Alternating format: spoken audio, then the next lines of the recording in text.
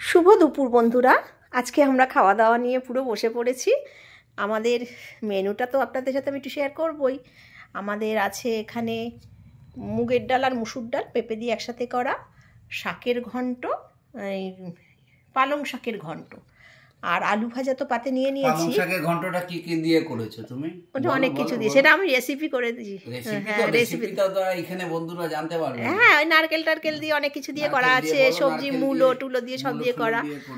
আর এখানে আছে মাছটা কি দিয়ে করেছো? আলু পেঁয়াজ দিয়ে ওই চচ্চড়ি টাইপের করেছি, যেটা তোমরা তোমাদের ভাষায় পাতুরি। তুমি শাকের ঘন্টটা খেয়ে দেখো কেমন হয়েছে। খেয়ে দেখছি কেমন হয়েছে। নারকেল দিয়েছো না? নারকেল কোড়া না দিলে কি হয়, বড়ি নারকেল কোড়া সবকিছু, বড়ি নারকেল কোড়া, হ্যাঁ সবকিছু দিয়ে করেছো। খুব সুন্দর হয়েছে, ভালো হয়েছে খেতে। শাকের ঘন্ট তো আমারও খুব প্রিয়, এখানে আমিও নিয়েছি। অ্যাকচুয়ালি এই ঘন্টটা আমি কোনোদিন খাইনি। আমি করেছি, তুমি ভুলে গেছো। তো করতে পারো, কিন্তু আমি কোনোদিনও খাইনি, ভুলে গেছি। কিন্তু নতুন করে খুব ভালো লাগছে। দারুণ হয়েছে। পালং শাকের ঘন্ট কিন্তু খেতে খুব ভালো লাগে।